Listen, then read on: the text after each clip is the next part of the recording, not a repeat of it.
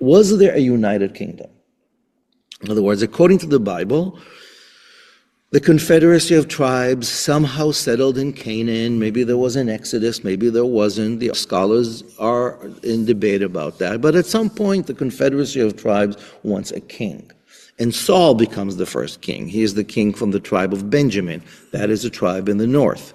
And Benjamin, under Saul's leadership, becomes the most important tribe. And the tribes kind of begin working and create a confederacy. But then this guy from the south shows up, an upstart, David. Judah is a tribe in the south, a tribe of herdsmen. It is not the opulent, wealthy and important tribes of the north.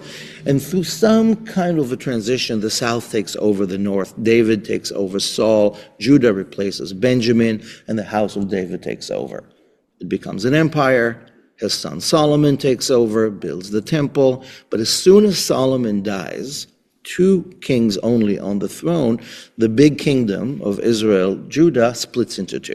David's grandson, Rehoboam, is unable to contain this vast empire, and so it splits to north and south. And for the next 200 plus years, those are 2 separate kingdoms. That's the official story. That is how the Bible is written, and that is what we've been told. But for the last 100 years or so, historians, archaeologists, scholars are like, wait a minute. Was there ever a united kingdom, or were we split from the beginning? Were we born divided? And the story of the United Kingdom under David and Solomon is a later attempt by the scribes from the Judean side, from the south, to depict the story as Judean supremacy and northern resistance.